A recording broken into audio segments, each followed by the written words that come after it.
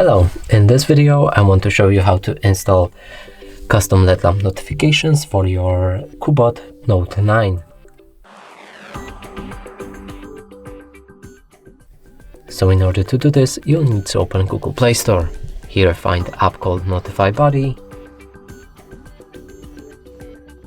After installation process is complete, you should be able to open it. From here, let's move to the next step. Grant 2 permissions to the app.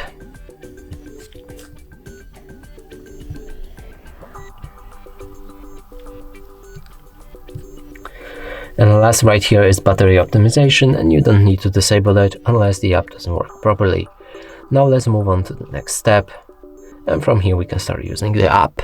So you have user tab, in which you can select any app to allow custom LED lamp notifications for. There's also system, and here's all system bound apps. For example, there's a calendar. In active you can find all apps that you've just activated. And in the settings you can change anything about your LED lamp, like its size, shape, placement on the screen, but some of the options are locked behind premium version.